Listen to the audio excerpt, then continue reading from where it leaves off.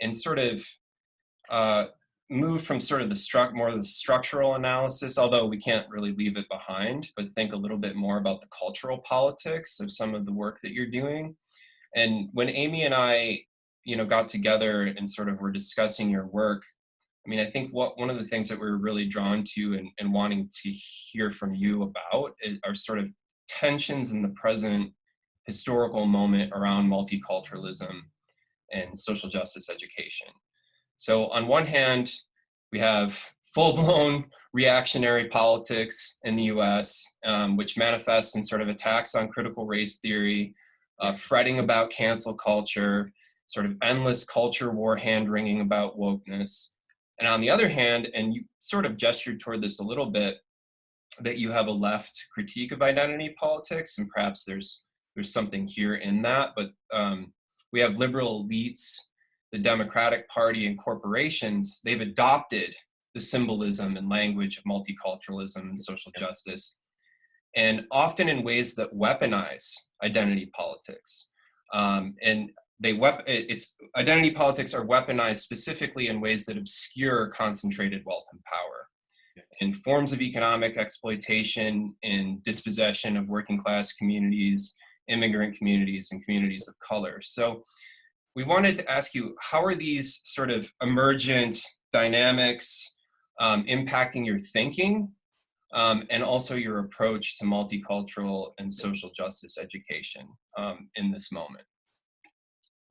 Yeah, and obviously everything sort of evolved because context-wise, I think that the sort of racial reckoning from last spring and summer sort of moved the space we have in our common sense conversations, right? Like we went from, 5 years ago, if you were talking publicly about white supremacy, you'd be looked at as if you were, off the ledge. You were way out in left field. And then after last year, you see like, oh, you can bring up white supremacy in sort of more mainstream circles and not be sort of laughed out of the room, right? And so things have definitely shifted around that. One, and I'm glad you brought up the Democratic Party stuff, because I think that actually illustrates a lot.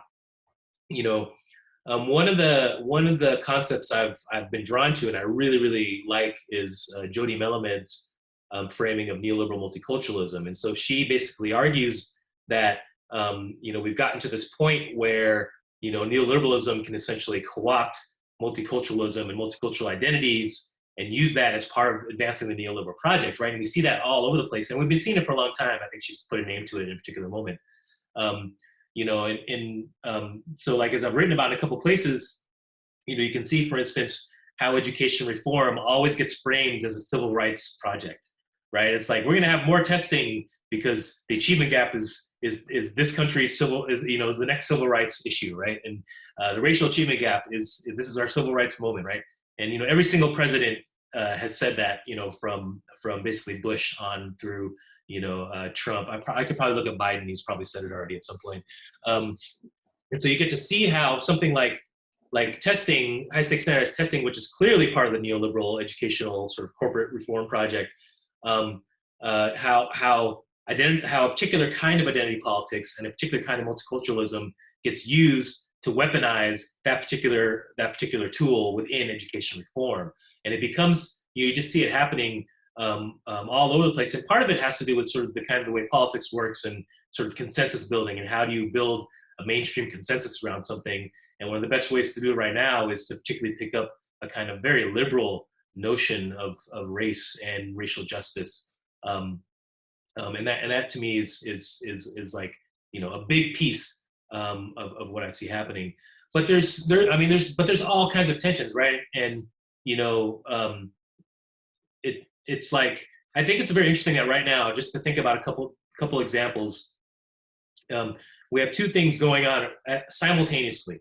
And so Alex, like you raised, state legislation that's not only against CRT, but that actually gets anti-racist and diversity training, not only at the university level, but also curriculum at the K-12 level, right? So it was like Texas just passed its law banning basically like the teaching of racism, which is so ironic given that it's Texas, right? I think Oklahoma also passed a similar law. And these laws are naming not just critical race theory, but they're naming like I think it was the Oklahoma law literally named like Zen Education Project, Black Lives Matter at school. Like it's naming specific projects that are aimed at doing anti-racist education and saying these aren't allowed in our curriculum because it's divisive, right? And it's un-American and all that kind of stuff. So here we have this thing living over here. At the same exact time, we have other states that are, passing, various forms or supporting ethnic studies in K-12 schools, right? And districts who are supporting, Black Lives Matter in schools and Teaching for Black Lives and those kinds of projects.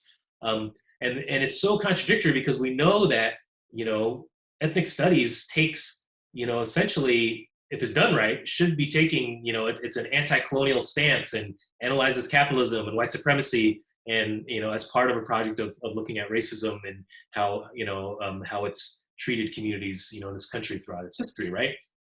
So we're in a particularly sharp contradictory moment when you see that happening all over the place. And then I think there's even contradictions within the movement around ethnic studies, to be clear, like the struggle in California, where you had actually a pretty strong ethnic studies framework that came out of the original, building of it, because there's a lot of people who were directly involved in actually ethnic studies organizing in K-12 in the production of that. But then it was too radical, right?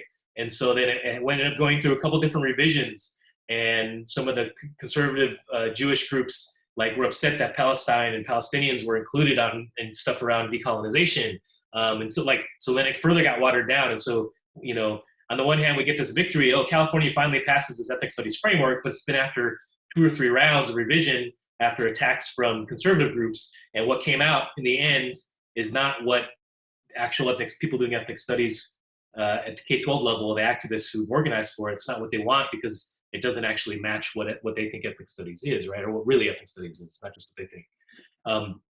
So then even where we have these victories, it's also sort of these setbacks because we're still battling with some of the contradictory politics around multicultural education and sort of what does it really mean for us in the end? And then even then, thinking about ethnic studies particularly, I think there are some real contradictions because it raises the question, and this is also a question around multicultural education, but it's like, what happens when we win? Like here's ethnic studies, which is like really in its heart, it's a rebellious activist, pedagogy and content and curriculum. And then what happens when it becomes a state standard, right? You lose the locality, the localness and the power. So you get the state standard and that gives people space, but then it becomes like the watered down version, and it becomes much more like regular multicultural education that doesn't include like a critique of colonization, for instance, so yeah, lots of contradictions floating around in all this space.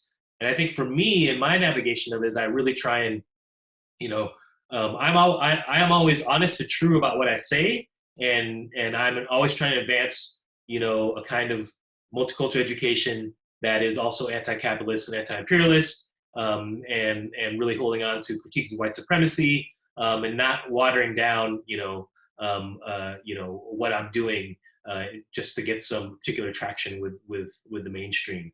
I feel like it's one of my jobs, as an academic and as an activist, to sort of be one of the outposts of radicalism and make sure that keep pushing that conversation. I'm strategic about that, but I'm not out there bashing everybody all the time or anything.